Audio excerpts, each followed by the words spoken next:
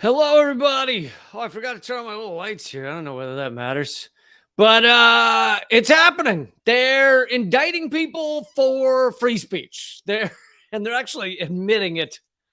Let's see, getting these lights figured out. They're actually admitting that they're indicting people for free speech now. That is where we're at. This is the Biden DOJ that is just indicted for people for, quote, weaponizing their constitutional rights. Holy shit. And who will be next is the big question. Who will they need to indict next for using their free speech? This is a truly unbelievable story, and I'm gonna get deep into that one. Also, I've got a clip for you. I'm gonna show a video of a short minute or two of my interview with the main person they're indicting on this, Omali Yeshitela, head of the African People's Socialist Party here in the United States. He's an American. I know that you hear African people, and some people may think that this is in Africa, but no, this is an African American who has lived here and been a citizen his whole life, and now he's being indicted by the Biden Justice Department for exercising his free speech in the United States as an American. I will play a clip of that. I will also be showing you a clip of the Secretary of the Treasury, Janet Yellen, admitting that the U.S. dollar is, because it's been so aggressively used to harm other countries, it is harming the dollar. It's harming the value of the dollar. It is causing other countries to want to get away from the dollar because it has been used so much to harm other countries as a weapon against other countries. I will also show you a clip of a Citibank executive admitting that we have to win the proxy war in Ukraine because they want to mobilize private capital in Ukraine. They want to basically continue to buy up and gut Ukraine and sell it for pieces. I have more stories than that, but those are some of the key ones I'll be getting to, and I will be doing it all in a shirt without a collar, which I feel like makes me look somehow more intelligent. I don't know what it is about having if you have the rest of the collar. I mean, technically it's a collar. It's just not the extra piece. If you don't have the other piece there, then I look like some sort of philosopher or prophet, right? Something about that extra piece of collar just destroys your profitability. You get it? Profitability. I'm less profitable if I don't have the other piece of the collar. I feel like that riff was going okay until I jumped into pun area. Once I got into pun area, just everything went south.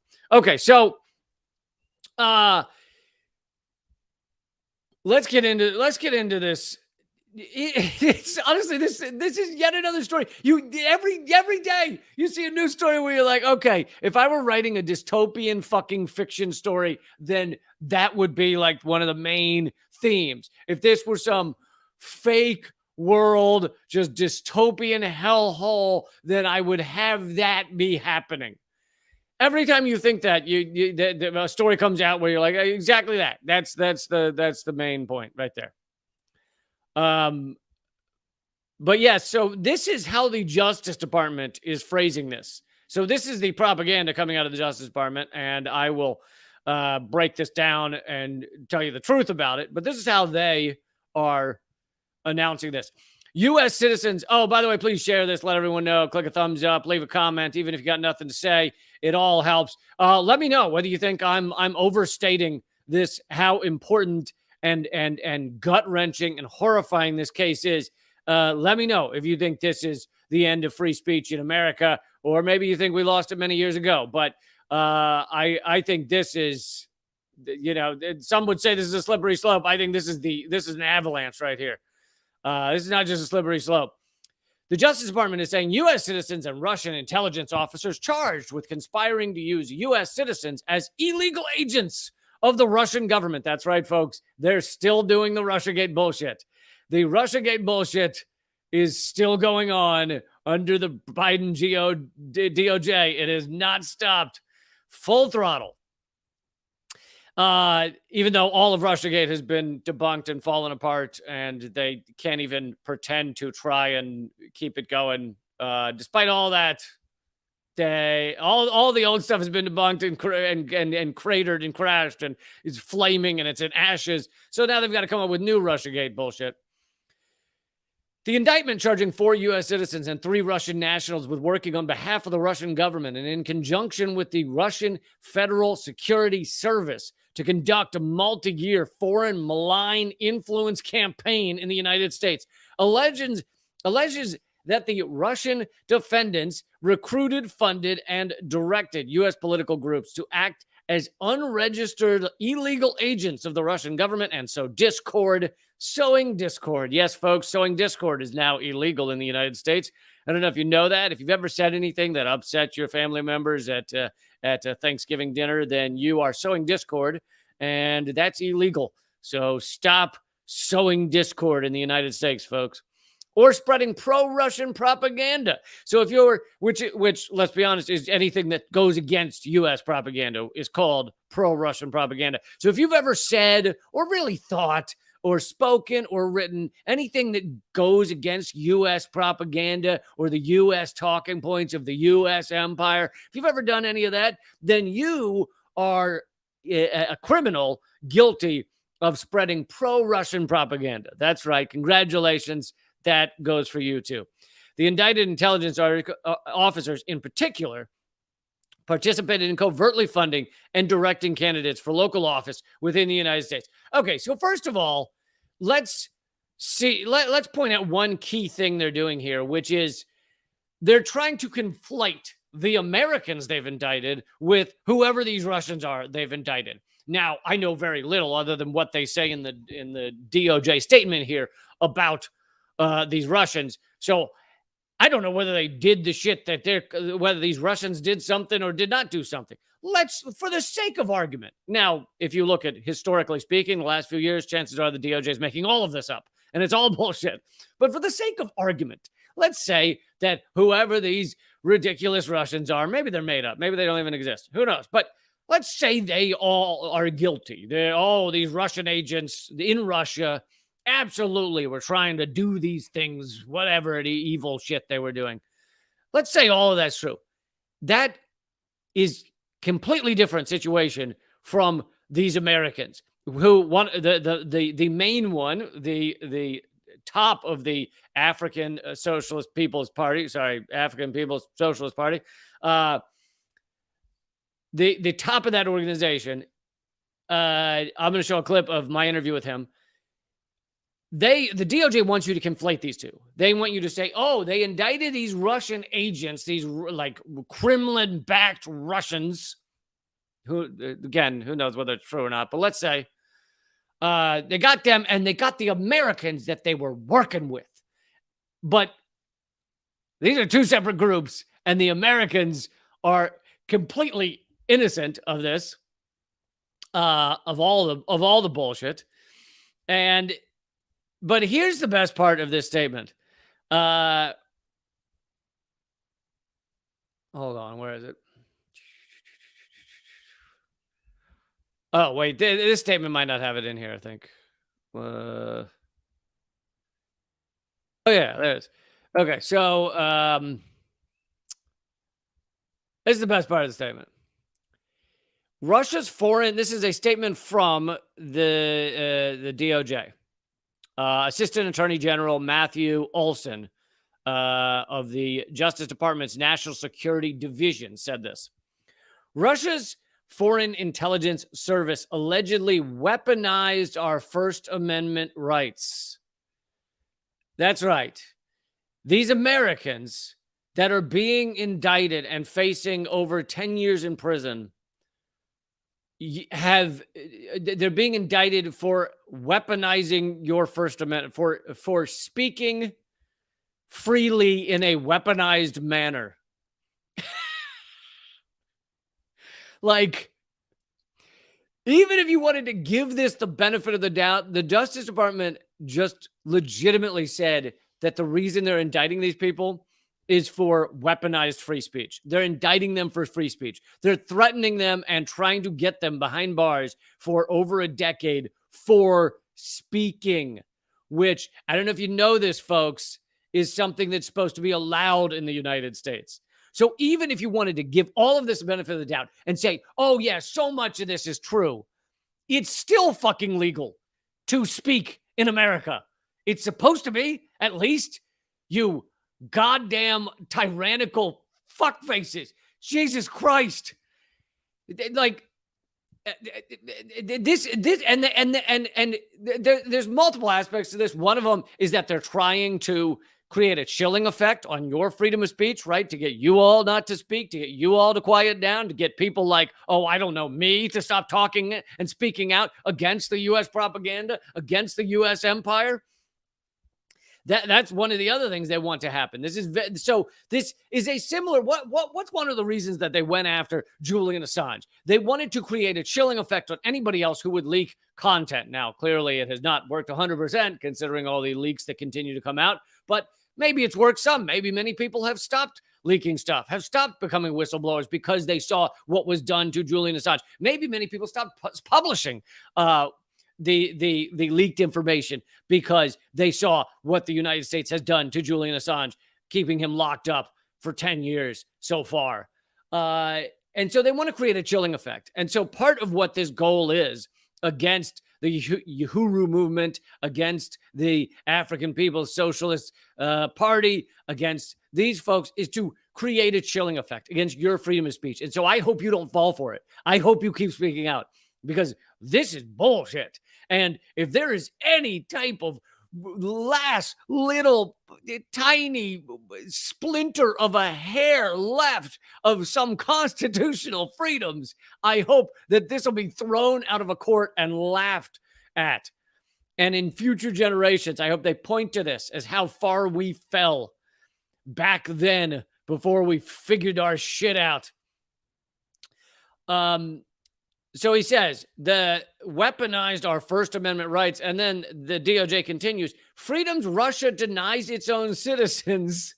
So hilariously, in this comment where they're trying to go, Russia denies freedom of speech to their citizens. So what are we going to do? We're going to deny freedom of speech to our citizens. That'll show Russia. What? Do you hear yourselves, you sociopaths? Do you hear yourselves? Russia denies freedom of speech to their citizens. They don't give them that freedom of speech, those fucking Russians. Well, we'll show them. We'll deny freedom of speech to our citizens. Ha-ha! That'll show them. Literally, this is in the DOJ's statement. Like, multiple people looked at this to make sure it sounded sane.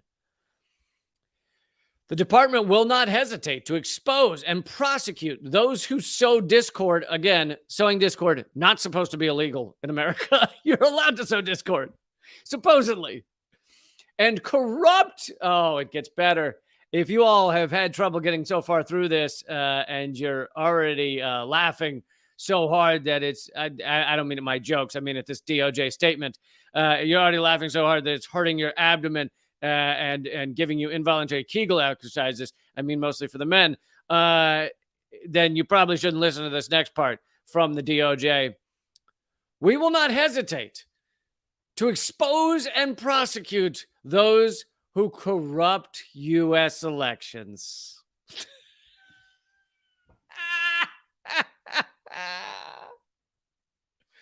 We will prosecute those who corrupt U.S. elections. I ask you, and I'll throw this in front. I'll throw this out to all of you. Can you think of anyone else in our country over the past few years who might have corrupted U.S. elections? Anyone who actually legitimately did it, as opposed to this bullshit? Can you think of anyone who might have? Oh, I don't know. Maybe the entire Democratic Party maybe the Clinton machine, maybe the Republican Party as well, with all of their voter suppression, the entire voting on black box machines, the buying out of all of our elections. So all of our ruling elite who have donated millions to purchase our elections, the mainstream media giving billions, I was about to say millions, no, literally billions of dollars of free airtime to the two corrupt corporate parties and essentially zero airtime to any other parties. You can indict all of them for corrupting U.S. elections. The Democratic Party said in court they have the right to corrupt our democratic elections, to pick the Democratic nominee in a smoke-filled back room rather than actually paying attention to the primary process. So they didn't just corrupt the democratic system, the election system. They also said in court they have the right to do that. They have the right to corrupt our election system. All of that is just the past few years, not even going back very far. And the DOJ says they're going to expose and prosecute anyone who corrupts U.S. elections. Oh, my God. Among other illegal activities, the superseding indictment alleges that, so here are the Russians that they have indicted. And by the way, you remember how well it went last time the DOJ indicted Russians with the Mueller report. And the Mueller indictments. The Mueller indicted something like 14 people at the St. Petersburg clickbait farm for posting photos and memes of, Bernie Sanders wearing a G-string and other such memes that made no sense and changed no one's opinion on the election.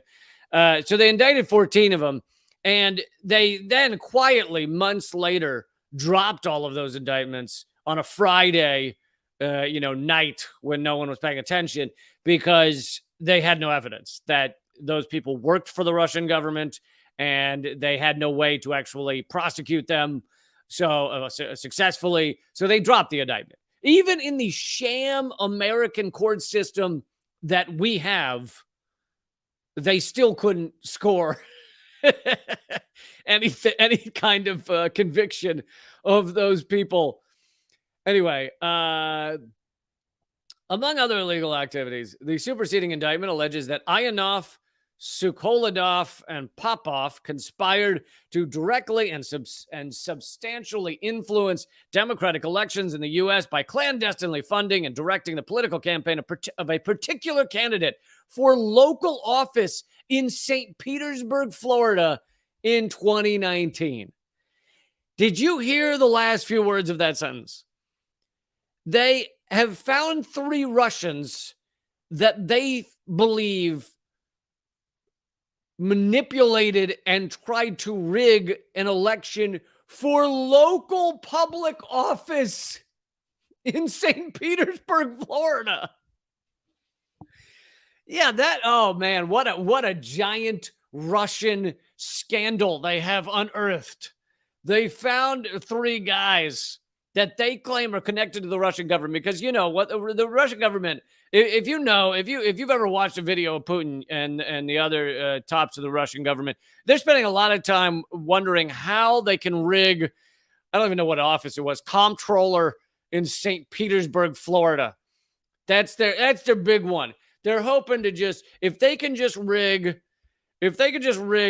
dog catcher in St. Petersburg, then all the other chess pieces will fall into place. If you can just nail down the, secretary of the Treasury in St. Petersburg, who's in charge of the $47.36 in the Treasury there in St. Petersburg, if you can rig that election, then all the other pieces fall into place. That is the one. Russia was like, if we could just get that fucking comptroller in St. Petersburg, then we'll have them. Then we'll have them by the balls at that point. Totally unbelievable.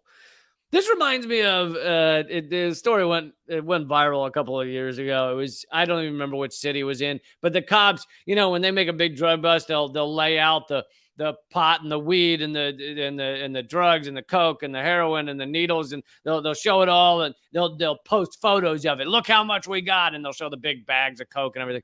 There was one where the cops posted a photo of like 3 joints or something, and they were like, we made a conviction of these drug dealers, and I think they took it down after everyone mocked them mercilessly and was like, you caught someone with 3 you caught some people with 3 joints, and you've got a press conference around it. That's what this feels like. The DOJ is like, we caught them sending emails trying to rig the comptroller in St. Petersburg. Okay, so here are the 4 people, the 4 Americans that I'll tell you what they're facing first. If convicted, they each face a maximum penalty of 5 years in prison. Yeshitela, Hess, and Neville, those are the Americans, are also charged with acting as agents of Russia within the United States without such prior notification. If convicted, they each face a maximum penalty of 10 years in prison. So I guess if you put the 2 together, they could face 15 years in prison, maybe. But here are the 4 Americans.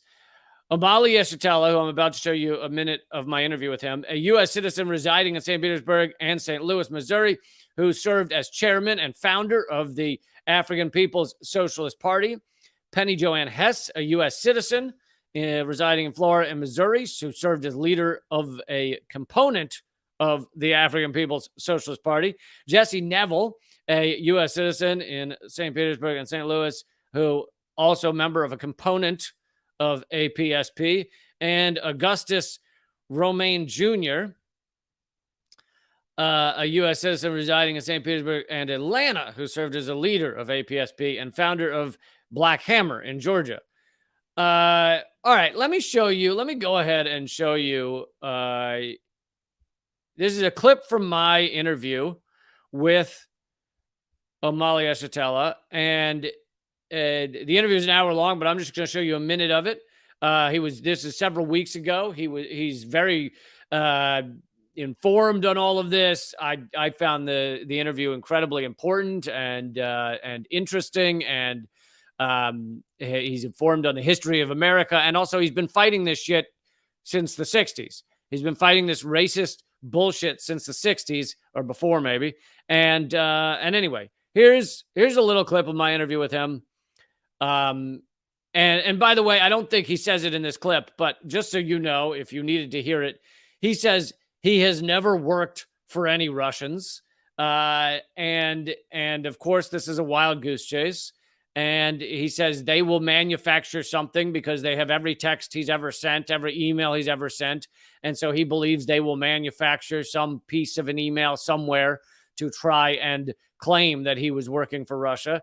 But he's quoted as saying he's never worked for Russia. But here's the thing, though, is even if that were true, that he had, let's say that he were paid by a Russian magazine to write articles in a magazine or a Russian magazine or something, that's still legal, folks. It's supposed to be. I got bad news for you. Ostensibly, we're not at war with Russia, and there, so it's not illegal to work for a Russian entity. As most of you know, for years, I had a TV show called Redacted Tonight until it was shut down by government sanctions a year ago.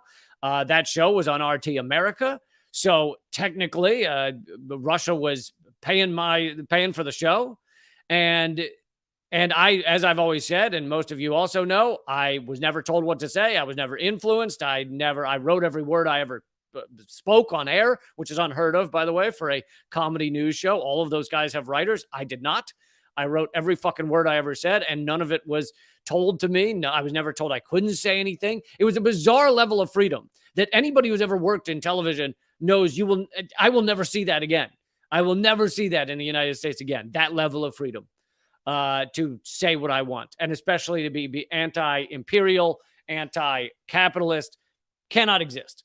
So that's why I was there. That's why I did it there. And I mean, it won't exist on American television. Anyway, but that's not illegal, right? It's not supposed to be.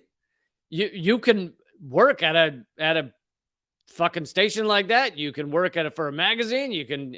Now he's saying he's never worked for a Russian. But either way, that shouldn't be illegal. Anyway, let me show you this clip of my interview a couple of months ago. And what they've done, however, is that they've manufactured and worked on this whole racist notion that black people are inhuman or unhuman or bestial and can't understand anything on our own. So that the Russians told us to do it, and they are depending on a number of white people to believe that trope, and they are depending on some Negro politicians to be so afraid of something like this happening to them that they won't speak out. I'm talking about me. There's Leonard Peltier. I mean, the fact is that there are concentration camps in this country today that are euphemistically referred to as Indian reservation. How the hell do the indigenous people on whose land all of this democracy that's been spoken of has been, who's living on this land? And how can they talk about, the indigenous people? Here's Leonard Peltier. I don't know how long he's been locked up. You've got all of these political prisoners in this country. Mumia Abu-Jamal, people is one of the most recognized. Sundiata Acoli, just a whole bunch of folk, and Assata Shakur running for her life in Cuba. This is but this is a narrative they don't want to happen. So if we complain, if we say something about it, they said, no, you have the right to run for elections. You have the right of free speech, but the problem is that I'm not attacking you for running for election and free speech. I'm attacking you because the Russians told you to do it. So when you say something about genocide, we don't have to address the question of genocide because the Russians told you to do it. So we're going to put your ass in jail. This is the kind of thing that they're doing. They liquidate the question, the real questions involved, and they hide behind this notion, this bogus characterization of the Foreign Agent Registration Act. They hide behind that in order to lock people up at a time where the Biden administration has characterized the world as being split between these contending forces of democracies represented by the United States, especially with Joe Biden at the helm, and autocracies where you got Russia, Iran, and anybody that the United States doesn't get along with at this moment is an autocrat. And so the obligation is to take this on. And how are you going to be the great democracy with George Floyd and Mike Brown and all these other people who are being killed, black people who are being killed? And so they can do that if black people don't complain. And if black people do complain, it's because the Russians, the autocrats, are the ones who told us to do this, and it's got nothing to do. They don't say it's unreal. They don't say that genocide is not being committed. It took 40 years after passage of the Convention on the Prevention and Punishment of Genocide before it was even ratified by the United States, and then with conditions that the United States could not be held accountable to it. All right, there you go. And you making great points, brilliant points. And also he brings up how racist this is, this persecution of him, of this group. It is incredibly racist, and he's not just saying that because he himself is black, but it's because they chose to go after a black group that is outwardly and clearly and loudly speaking out against the U.S. empire, against U.S. propaganda. And his point is that it couldn't possibly be that it's because they understand the truth. Instead, they must have been instructed by Russia or other entities, other foreign entities, to say these things. It couldn't possibly be that these folks, and by his understanding, are smart enough to see through all the bullshit. They must be dumb because they're black, is the way he's saying that they're going after him. And therefore they must be, puppeteered by some sort of foreign government. Anyway, it really is disgusting to see this. Not surprising, maybe, from a known racist like Joe Biden, someone who's responsible for the crime bill that has locked up more black and brown people in this country than anyone has ever been responsible for. So he, Biden has this long racist history. Now, I get that Biden, who knows how much of Biden even is aware of what's going on in this government right now and the DOJ. But, a lot of this starts at the top. A lot of this starts at the top. They understand how things work. They understand whether it's a racist administration or not. And, something else that should be mentioned is the same week or day or something, within days of each other, they raided this Omali Yeshitela's house and arrested him. And if you want to hear the full interview, he goes into detail of how they burst into his house with flashbang grenades and everything else, whereas they could have just asked him to show up, and he would have shown up if they had wanted to question him. Instead, they wanted to make a big show of it, busting into his house, flashbang grenades, all this other shit. They wanted to make a big show of it. And he goes into detail about all that. If you want to watch that full interview, it's at youtube.com/behindtheheadlines. That's where I do these longer interviews. And so, he's making all those great points. But again, to get to another larger point here is, if the DOJ is now, the Department of Justice is now outwardly saying that they will arrest people for what they view as weaponized freedom of speech, which, let's be honest, just means freedom of speech they don't like. Just means speech that is not good for them, that is denying the U.S. propaganda. If they are now arresting people for that kind of speech, for that weaponized freedom of speech, then where would they stop? Who would they not arrest for speaking wrong by their view? And if you are ignorant enough to endorse this action now, and most of you watching are not, but maybe you speak to family members who think like, well, if they were saying stuff that fits with what Russia says, and all right, then what happens now that this becomes a standard? Now that the DOJ will arrest people for speech, if this is now the standard, what happens when a president gets into office or an administration gets into office that you don't like? So for most of the liberals, let's say they love Joe Biden. Let's say they all have a hard on for Joe Biden, which is a really difficult thing to do, but there's people out there. Let's say they all love Joe Biden. If you speak to people who love Joe Biden, ask them if they're cool with it when Trump gets back into office, or if a Trump-like person gets back into office.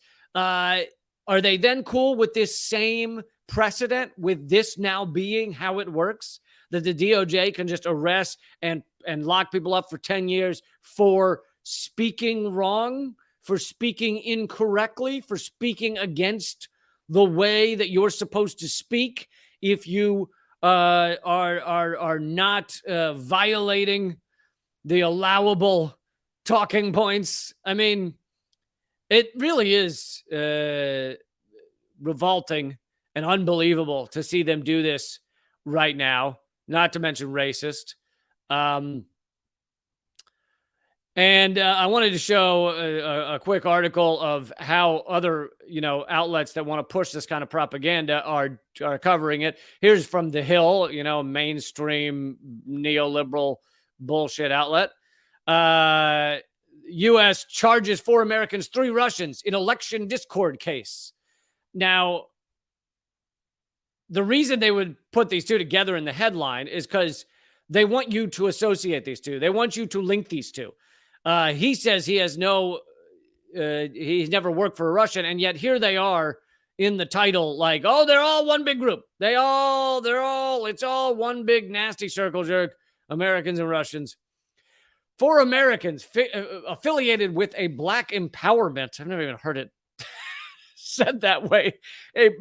With a black empowerment and political organization have been charged, along with 3 Russians, with conspiring to covertly sow discord in U.S. society. Oh, my God. I mean, who sows more discord than than fucking Joe Biden and Donald Trump and Hillary Clinton and all these goons? Like, How about the people that are paying to suck the blood of the poor in this country? You guys have heard me mention it several times that we're the largest exporter of paid human blood, because the poor, in most countries, it's illegal to pay someone for their blood. In the U.S., it's not. And so the poor are regularly donating their blood, even to the detriment of their own health. And so, isn't that sowing discord to suck the blood of the poor in this country? How's that not sowing discord? How about the opioid epidemic that has killed hundreds of thousands? Is that not sowing discord? Arrest fucking them. How about how about big pharma and all they've done to people? Arrest them for sowing discord. How about just sucking all of the funds and the life force out of everybody, the bottom 2/3 of this country? Is that not sowing discord? Does that not cause harm in this country? That's Jesus Christ, arrest them. But no, none of that. None of that. They want to arrest 4 members of a black socialist group here in the United States. The U.S. citizens had 2 sow discord, spread Russian propaganda, which, again, if you're speaking in America as an American, it's supposed to be legal. Even if you had a sign up, even if you put a fucking sign in your window and it said, "I love Russian propaganda," and you ran around and with everything you typed online, you said, "Here's some more great Russian propaganda for you," and you were just admitted it, it's still supposed to be legal. It's all supposed to be legal to speak your mind in this country. Jesus. The U.S. citizens and 2 Russians were added to an existing case in Tampa involving Alexander Ionov, described by prosecutors as the founder of a Moscow-based organization funded by the Russian government to carry out a clandestine influence campaign in the U.S. just to win 1 local office in St. Petersburg, Florida. The Russian government, they were like, if we could get that St. Petersburg local office. The 4 Americans are all part of the African People's Socialist Party and Uhuru movement, which has locations in St. Petersburg and St. Louis. Among those charged, you guys already know that. And then they quote from the DOJ.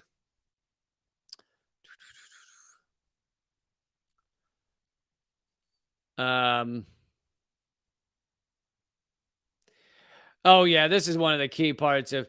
They recruited U.S.-based organizations to help sway elections, mainly just 1 local office in St. Petersburg, Florida, make it appear it was in strong support of the U.S. for Russia's invasion of Ukraine and backing efforts such as the 2015 United Nations petition to decry the genocide of African people in the U.S., according to the indictment. Yeah, maybe there are African Americans who are thoroughly pissed at the way they've been treated in the United States. And if they want to support something called, a statement against the genocide of African people in the U.S., then maybe they're allowed to do that. And it doesn't have to be Russia that did it. Anyway, I wanted to include one more point here before I move on to the next topic and talk about my new book that just came out. But, which... kind of ironic. It's titled Dangerous Ideas, and here we are talking about people being arrested for freedom of speech. This is from Caitlin Johnstone's article on it, although she's ultimately quoting from someone else. There's also the brazen hypocrisy of it all. The U.S. government is constantly engaging in foreign influence operations with outfits like the NED, National Endowment for Democracy, which was set up to help foment coups and color revolutions and advance U.S. information interests overtly in ways the CIA used to do covertly. So that's why they call NED a CIA cutout. It basically is CIA, or started as CIA, but they didn't want it to be called CIA. So anyway. As commentator Brian Berletic noted on Twitter, the U.S. through the NED has created armies of organizations carrying out malign influence operations around the world, including here in Thailand. When the Thai government attempts to stop this activity, the U.S. embassy shouts, "Free speech!" Thailand's government and others around the world could easily cite this move by the U.S. Justice Department to target and uproot U.S.-funded organizations doing exactly this and worse. So that's another point, is the breathtaking hypocrisy of this, to say, oh, it's another country influencing our elections and saying things we don't like, and another country said things we don't like. It's very upsetting. We do that endlessly. We fund organizations. We push what are called color revolutions, which are, color revolutions also often involve a lot of people who have legitimate concerns with their government, but the U.S. jumps in and tries to foment them and further them. And then sometimes they grow, and with U.S. funding and sometimes even arming, they grow into active coups like the Maidan Revolution in Ukraine, which was funded and furthered by the United States in 2014 to further the proxy war there. So yeah, just unbelievable hypocrisy, unbelievably slippery slope. And who's next? If they're part of the reason I believe they're doing this against a black socialist group is because they know that people are less likely to stand up and defend something, that they find a little bit foreign. Oh, they're socialists. Oh, it's a black group. Oh, it's a black power group. Oh, it's the Uhuru movement. I don't know what that word means. It's scary. They probably were doing something creepy and wrong. That is probably the reason why they chose to do this against them as a test balloon. It's much like what I said in the early days about, I'm not defending 98% of what Alex Jones does and says. But in the early days, when they first deleted Alex Jones from all the platforms, and they hadn't yet done that to me and many others, I said, look, you don't have to like Alex Jones. I fucking hate the guy. But this is a test balloon. They're seeing how upset people will get, whether it will have any influence. And they realized, oh, turns out, yeah, we can just do this. And now here I am, having lost my television show, my YouTube channel, my podcast on Spotify, which I've renamed the Lee Camp Show so that it's back on Spotify. But and then had all my other stuff shadow banned. So these things are test balloons, and they do it against the most, in Alex Jones' case, the most repulsive. But in this case, these people are not repulsive. They're just, it's a foreign thing to your average American, like something called the Uhuru movement, something that's a black group that wears red stars on their hats. I don't understand. Why does he have a funny sounding name? And so people don't defend them. People go, oh, that must be true. And it's a test balloon to see whether they can prosecute and indict and imprison a group of people for free speech, for speaking their mind against U.S. propaganda. And it's not just a slippery slope. This is a goddamn avalanche. So who's next? Is it me? I don't know. We'll find out, won't we? But, don't let this do exactly what they wanted to do, which is create a chilling effect and stop you from speaking out and stop you from speaking the truth. Keep fighting back, just like we're doing for Julian Assange. It's been 10 years of this shit, and we're still fighting for and talking about and furthering Julian Assange's cause. And don't let it be a chilling effect for you. Okay, that's I've spent most of this episode on that one topic, but it's a goddamn important one. I wanted to get what I had planned to spend a little more time talking about was my new book, and I also have other topics coming up, such as Janet Yellen, that video, and others. But my new book, which I put in the corner of the screen there, Dangerous Ideas. It's an ebook. And the only way to get it for now is to join up at leecamp.net, which if you just join up for 1 month and grab the book and then cancel your membership, it'll be $6, which is cheaper than most ebooks. Most ebooks are at least $9. Anyway, so not only is it cheaper, but also you will get the other free content at leecamp.net while you're a member. You'll get the Q&As every Friday. But that aside, this is my new ebook. I've decided to make it only an ebook for now. The printing process is such a ridiculous pain in the ass, and generally authors lose a lot of money. I did have my last book, Bullet Points and Punchlines, published with a publisher and PM Press. They're a great publisher. I'm not. There's nothing wrong with them. It's just it's a tough situation where I think people will get more out of this by putting it out quickly, not waiting a year and getting it to you now. So it consists. The reason I titled it "Dangerous Ideas" is because it has a lot of topics that are the reasons I'm the most censored comedian in America. Thought experiments such as what if there were no police, such as could we end all prisons, such as could we house all homeless and get rid of extreme poverty overnight? And, what would it be like if we did those things? Do national borders really matter? Or is it kind of a idiot idea we had in our heads that really is awful? Anyway, and thank you, Robbie, for saying the last book was great as well. But also it's mixed with all my standard comedy and irreverence, as they say. So all that stuff. So it's a best of some of my columns, and it also includes a few never before seen columns that have never been published anywhere else.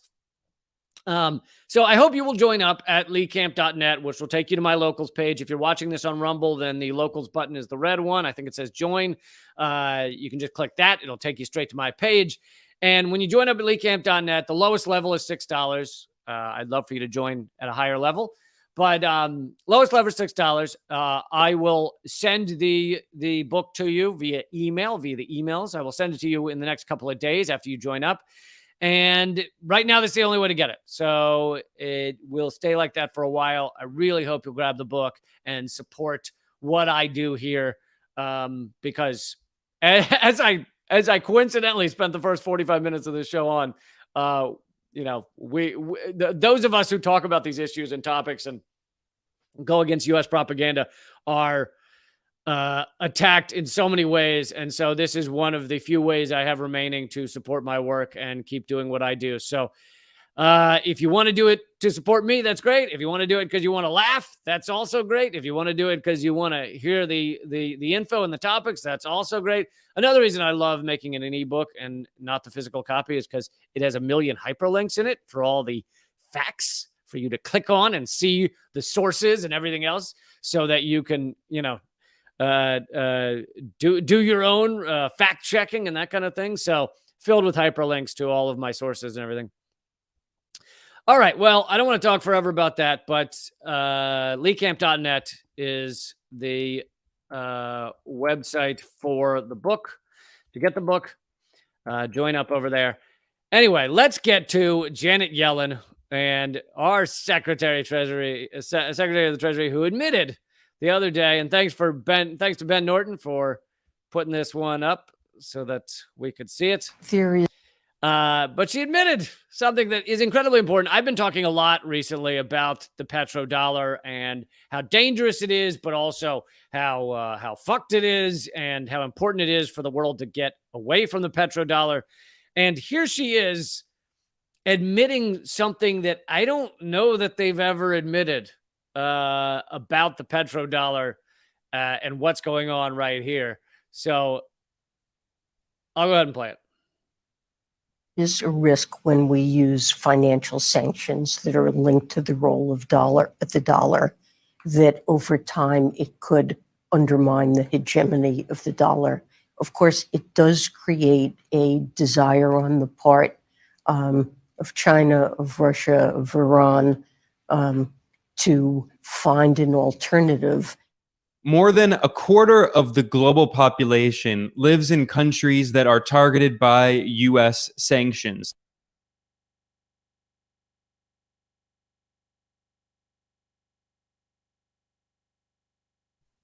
Sorry, I was muted there. I said, all right, so, and thank you, Ben, for that point as well. But this is the Secretary of our Treasury, first of all, using the term hegemony, which means global dominance of the dollar. So she's admitted that we have economic hegemony, or we've tried to have it for many decades, and now it is breaking up. But it begs the question, if she's admitting we have economic hegemony, dominance over this world, Do we need to stay? Like, is that the way the world should stay? Should the U.S. have economic hegemony? Like, what makes us think we deserve to control all the rest of the world's economies? So she's admitted that, but she also admitted that by sanctioning, by manufacturing economic war, which is what sanctions are, against all of these other countries, we are actually decreasing the power of the dollar. We are, as she's saying, we are getting other countries to go outside of the dollar because they fear our insane war lust, economic or otherwise. And she has she has admitted, and here's the proof, that it is harming our economy. It's harming the American ability to use the dollar, because the dollar is losing value. It's losing power. For us to use the dollar as a weapon against so many other countries, we have used it as an unfettered, just unmitigated weapon against a large percentage of the globe. And it has caused a lot of countries to go, hey, maybe it's time we get the fuck away from the dollar, because it allows them, the sociopaths running the American empire, to do whatever they want to us. They can screw us at any time. And so you're seeing a speeding up of these countries to get outside of the dollar hegemony. You see China doing deals now with Brazil. That was a big one from last week and the week before that.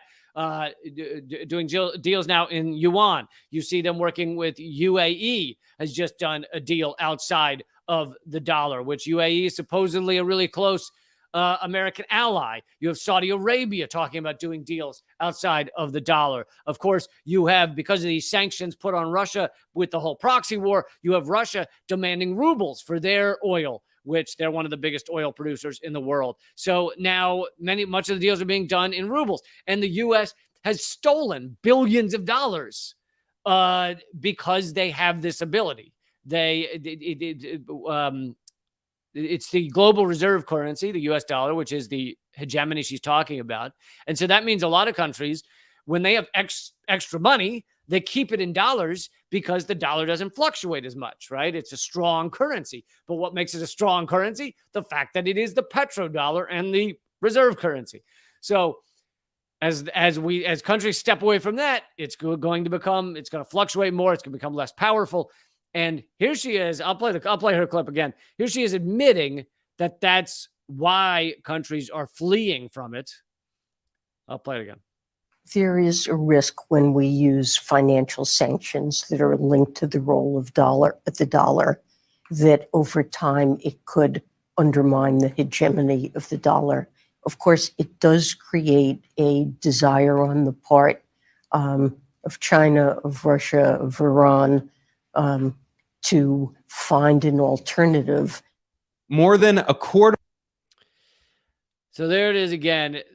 It encourages countries to find an alternative and get the hell out of the dollar because we have used it as a weapon so much. Basically, it is her admitting that a lot of countries in the world have realized they're in an abusive relationship, that the United States is an abusive spouse. We've been beating the shit out of these other countries for so long, and now they're like, you know what?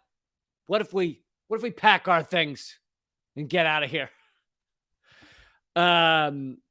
Truly amazing clip to see there, that they're now admitting it, and coming from the Secretary of the Treasury, no less. But of course, and I'll keep repeating this, this world needs to end the petrodollar. Obviously it will. Someone had a good point. I'm supposed to cut off the other streams and just go to rumble.com/LeeCamp. I'm sorry about that. I forgot. Rest of this will be at rumble.com/LeeCamp. Sorry, I forgot about that. But anyway,